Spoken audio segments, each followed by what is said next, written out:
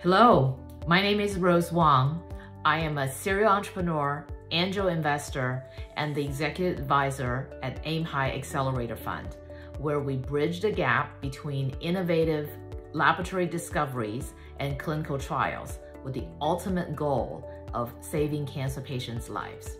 I am the host of our YouTube series called Charting the Course: Interviews with Women Leaders and Mentors. Today, I welcome Suzanne Topalian. Dr. Topalian is a professor of surgery and oncology, as well as the director of melanoma program and the associate director of Bloomberg Kimmel Institute for Cancer Immunotherapy at Johns Hopkins University.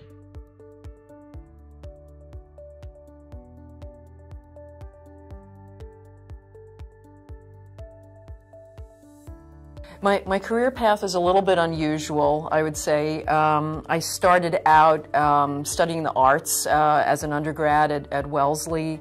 I was an English major, but majored in pre-med as well. After medical school, I went into surgery, so I did surgery residency and completed that in Philadelphia.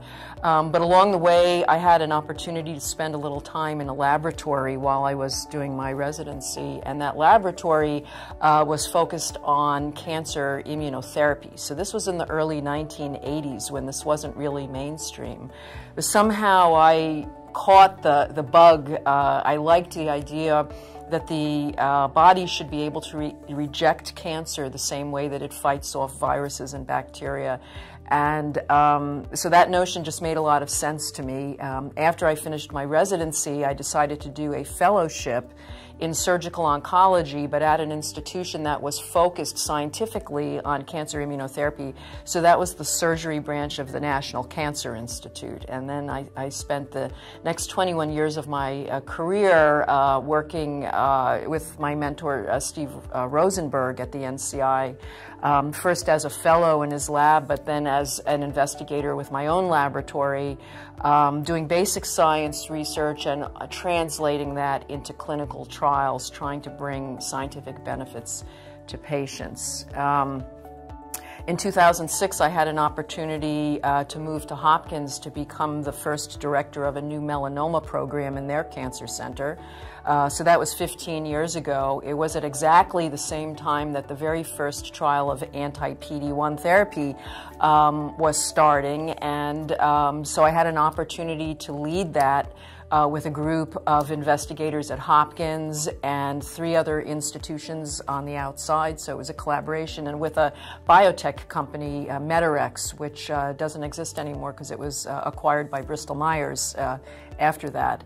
But that was the start of a 15-year journey that brings us to today, where my focus has been on immune checkpoint blockade, specifically anti-PD-1 therapy, bringing that drug to approval in several different cancer types, studying biomarkers, and thinking about next steps for development of that area of biomedicine.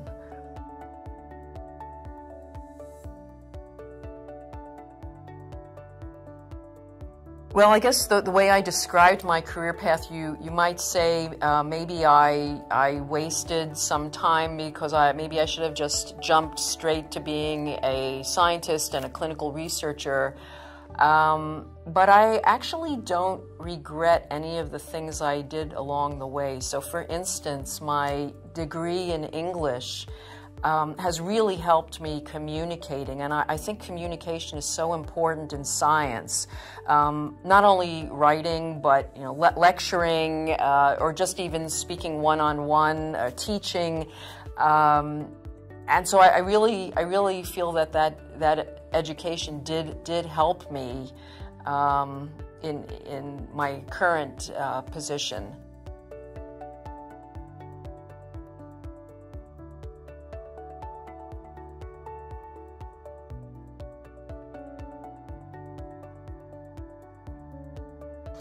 Actually, so it was more of an invitation to take on that role, as part of my recruitment, my faculty recruitment to Hopkins.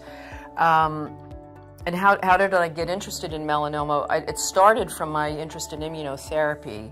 So when I was learning about immunotherapy in the mid-1980s, it became apparent right away when we were testing different treatments like high-dose interleukin-2 and adoptive T-cell transfer, and then later on anti-CTLA-4, that melanoma really is the most immunogenic human cancer, meaning that it's most likely to respond to these immune manipulations that we can do pharmacologically.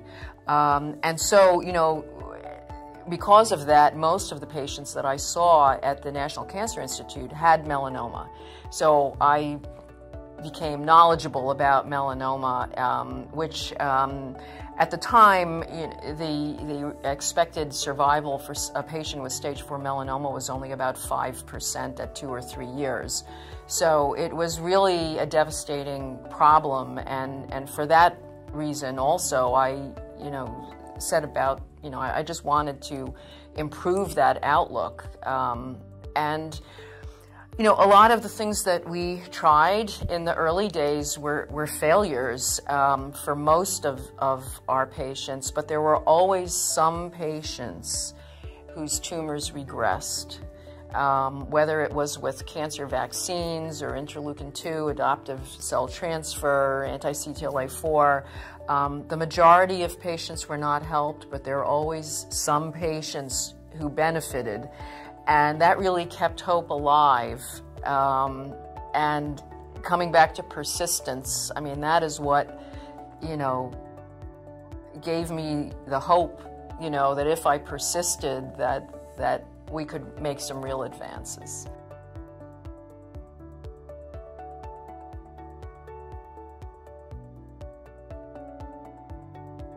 I have to say, I never went into this with the idea that I had to be a leader. I approached it with the idea that I really wanted to make a contribution, however I could, to helping patients with cancer. And so at first I started in surgical oncology, and that was rewarding because you can help patients certainly, but it was one patient at a time. It occurred to me that I might be able to make more impact through research and discovering new therapies that could help many patients. I consider myself to be a physician first, because that's just where I started in my career trajectory, but a scientist at heart, and kind of a leader by default, because it wasn't my intention to be a leader, but that's the way that things worked out.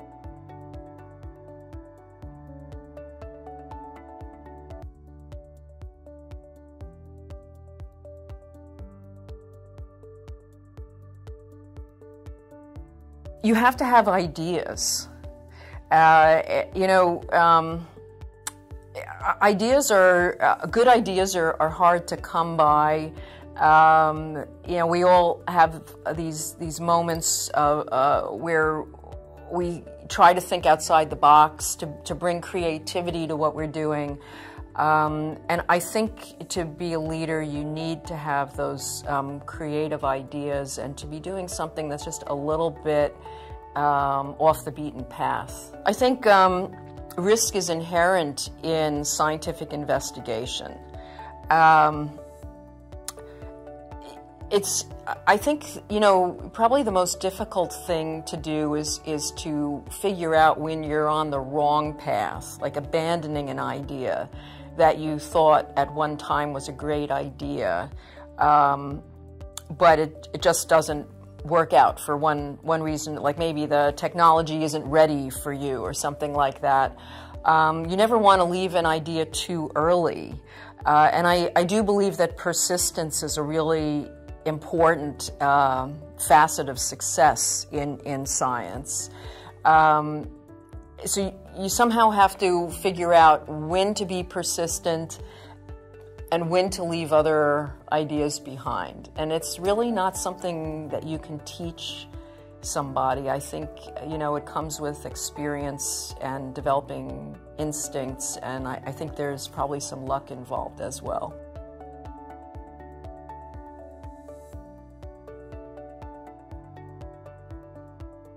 I think, well, first, I've always tried to lead by example. So I don't ask anyone in my lab to do things that I wouldn't do myself.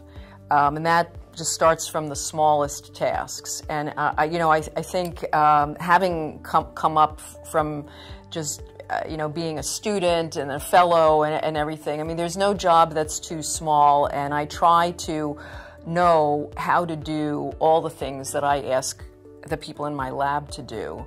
I try to lead by example, in terms of hard work, keeping high standards, not getting discouraged easily. And so when I hire people, I look for people that I think have those kinds of attributes and who will work well with others. I think teamwork is so important in science, especially these days. Science is so complicated. Medicine is so complicated. Maybe half a century ago, you could have one person who was doing it all. But these days, you have to have collaborators. I really believe that. And so I look for people who have that collaborative spirit, who are generous, giving of their time, of their advice, and not, all about me.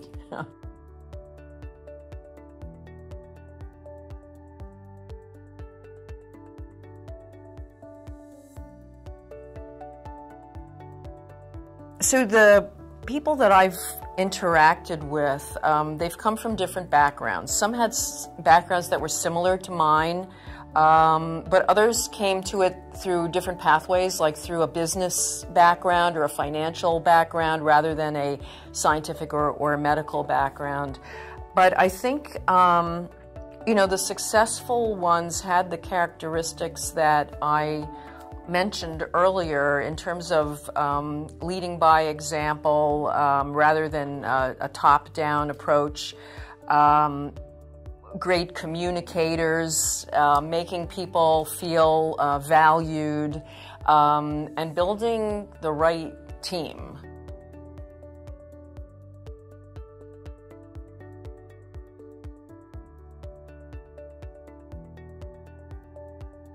I think even someone like myself being in academia has to be entrepreneurial in finding funding to keep your lab going, and you just have to look at every possible source of funding.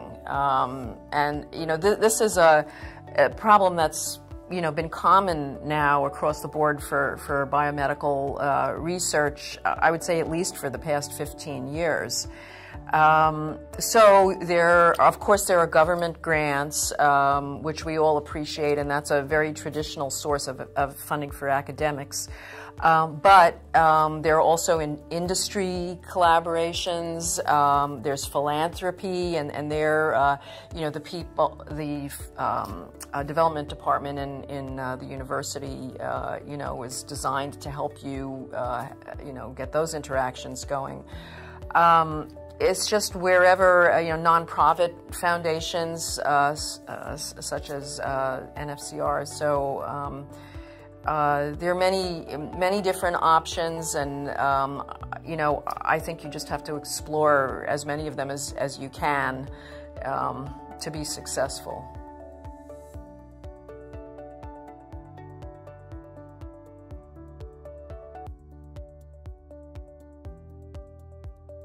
I think this is a difficult time for young people to decide to be a physician scientist, because there's a lot of pressure, financially, especially for people who have medical degrees, to use their clinical skills, to build revenue for the institution, when young people want to be scientists in academia, they have to find their own source of funding.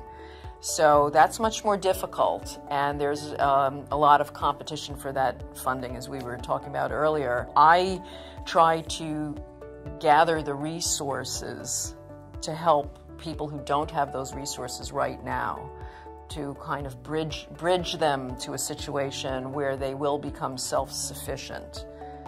So to create a semi-protected, niche for them where they can do their work to the point where they can successfully apply for grants and become self-sufficient.